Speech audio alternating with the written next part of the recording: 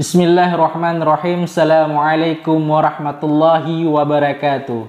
Alhamdulillah, alhamdulillahi rabbil alamin, wa bihi nasta'in, wa ala umurud dunya waddin, wa ala alihi wa sahbihi wa man tabi'ahu ila yaumiddin.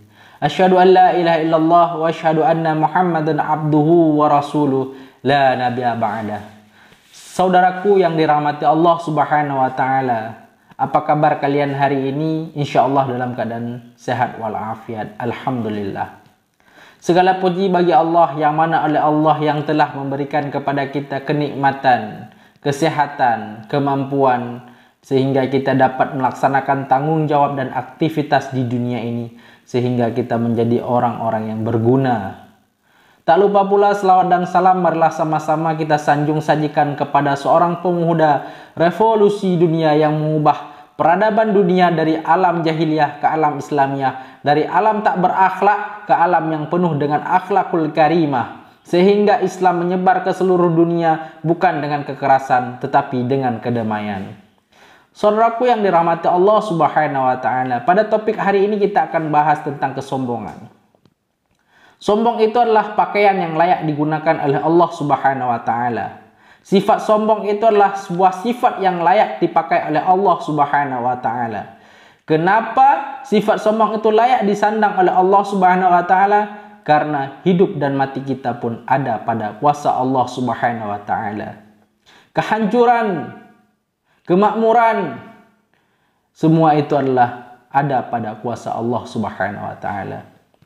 Ketika sifat sombong itu digunakan oleh makhluk Allah, digunakan oleh makhluk Allah yaitu jin dan manusia, maka Allah akan menghinakan mereka. Sebagaimana ketika masa penciptaan Nabi Adam, Allah memerintahkan kepada malaikat dan juga jin untuk sujud kepada Adam, mereka menolak dan para malaikat bersujud dan para jin menolak. Apa kata jin? Aku lebih baik daripada dia. Engkau ciptakan aku dari api, sedangkan dia engkau ciptakan dari tanah. Setelah itu Allah murka kepada jin, sehingga Allah melaknat mereka sampai hari kiamat. Setelah Allah melaknat mereka sampai hari kiamat, mereka meminta ditangguhkan kehidupan mereka sampai kiamat dunia, agar mereka memiliki teman di neraka. Wahai saudaraku yang dirahmati Allah Subhanahu wa taala, hari ini manusia sudah banyak yang sombong. Hari ini manusia banyak yang sombong karena jabatan, manusia sombong karena pangkat, manusia sombong karena hartanya, manusia sombong karena kecantikannya, manusia sombong karena kegantengannya. Wahai saudaraku yang dirahmati Allah, banyak fenomena di negeri ini hari ini ialah orang ingin tenar, ingin menjadi bintang, ingin menjadi terkenal, ingin banyak follower, menggunakan cara-cara yang sombong dengan menghina orang miskin, menghina anak yatim, merendahkan derajat manusia yang mana derajat itu hanya Allah yang dapat mengukurnya, dan kemuliaan hanya milik Allah, dan Allah lah yang melihat dia mulia atau miskin, ataupun dia mulia atau dia rendah di hadapan Allah Subhanahu wa taala. Hari ini mereka yang memiliki pangkat merasa sombong karena dengan pangkat mereka bisa berbuat semena-mena kepada orang di bawahnya. Karena jabatan yang dia miliki, dia bisa semena-mena terhadap bawahannya. Karena jabatannya lah membuat masyarakat dan rakyat susah. Wahai saudaraku yang dirahmati Allah, jabatan itu bukan untuk menyusahkan orang, tetapi jabatan itu adalah amanah yang Allah berikan kepada kita untuk menolong orang lain, untuk menolong agama Allah Subhanahu wa taala. Allah kisahkan seorang pemimpin dunia pada masa dulu. Ada sebuah negara adidaya, ada hari ini ialah Amerika Serikat dengan jumawanya, kesombongannya. Yang dulu ada Mesir yang dipimpin oleh Fir'aun. Setiap negara yang ingin mendapatkan perlindungan daripada negaranya, dia harus membayar upeti kepada pemerintahan Fir'aun. Lalu dia menyombongkan dirinya dan menganggap dirinya sebagai Tuhan. Ana rabbukumul a'la, akulah Tuhan yang maha tinggi. Ketika dia sifat sombong tumbuh di hatinya, dan dia tenggelam pada kesombongan itu dan mati pada kesombongan, Allah kekalkan dirinya di neraka. Dan juga ada Namrud, seorang raja yang sangat kuat, punya tentara yang heroik, tentara yang kuat dan banyak. Tapi karena kesombongannya kepada Allah Subhanahu wa taala, dia mati dengan seekor lalat. Lalat yang kecil tak bisa dicegah oleh tentara pengawal-pengawalnya itu, sehingga dia mati dalam kehinaan dan Allah abadikan jasadnya dalam neraka Jahannam.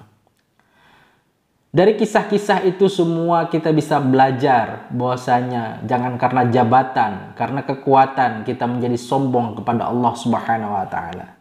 Dan ada juga orang yang memiliki harta yang banyak, harta yang melimpah, harta yang sangat banyak sehingga gudang-gudang di rumahnya dipenuhi dengan emas dan berlian. Tapi dia sombong kepada Allah Subhanahu wa taala, yaitu Qarun. Allah abadikan kisahnya di dalam Al-Quran, dan Allah abadikan jasadnya di dalam neraka karena kesombongan daripada harta yang dia dapatkan. Sesungguhnya pelajaran yang kita dapatkan dari orang-orang yang terdahulu, nenek-nenek moyang kita dahulu, yang sudah Allah kisahkan di dalam Al-Quran, harusnya kita mengambil pelajaran di dalamnya agar kita tidak tersesat di dunia ini. Setiap salat kita selalu memohon kepada Allah, mengucapkan, Ya Allah, ihdinas siratal mustaqim. Ihdinas siratal mustaqim. Tunjukkanlah kami jalan yang lurus. Karena kenapa tunjukkanlah kami jalan yang lurus? Karena manusia ini senantiasa dalam kesesatan, kesalahan, dan kelalaian. Allah Subhanahu wa taala, Rasulullah Shallallahu Alaihi Wasallam juga mengatakan manusia adalah tempat lupa dan salah, sehingga kita selalu memohon kepada Allah Subhanahu Wa Taala agar Allah Subhanahu Wa Taala menuntun kita pada jalan yang benar. Saudaraku yang dirahmati Allah Subhanahu Wa Taala, janganlah engkau saling menghina, janganlah engkau saling memaki, mendolimi, janganlah engkau sombong agar mendapatkan sebuah follower yang banyak. Jangan karena sombong engkau ingin mendapatkan kekayaan. Jangan seperti itu. Jangan kita dengan memiliki harta yang banyak, harta yang melimpah, kita menjadi sombong. Ingat, cerita-cerita pada zaman dahulu itu bukanlah dongeng. Itulah cerita yang benar. Dan semua peninggalan-peninggalannya hari ini masih ada. Dan kita akan mengambil pelajaran daripada itu. Hidup mati itu benar. Surga neraka itu benar, dan azab itu juga benar, dan kenikmatan surga itu benar. Saudaraku yang dirahmati Allah, sabarlah kepada Allah Subhanahu wa taala, senantiasa kita memohon pertolongan kepada Allah Subhanahu wa taala, dijauhkan kita dari sifat sombong, dijauhkan kita dari sifat jumawa, dijauhkan kita dari sifat angkuh. Kita menjadi hamba yang rendah hati, menjadi hamba yang tawadhu dan mulia di sisi Allah, bukan dianggap mulia di hadapan manusia. Wahai saudaraku yang dirahmati Allah, apabila ada kesalahan yang saya sampaikan pada hari ini, saya mohon maaf sebesar-besarnya, karena itu murni dari diri saya dan kebenaran hanya milik Allah. Wa qul ja'al haqq wa dhahaqal batil innal batila kana dhahuqa. Ila liqa' ma'as salamah fastabiqul khairat. Assalamualaikum warahmatullahi wabarakatuh.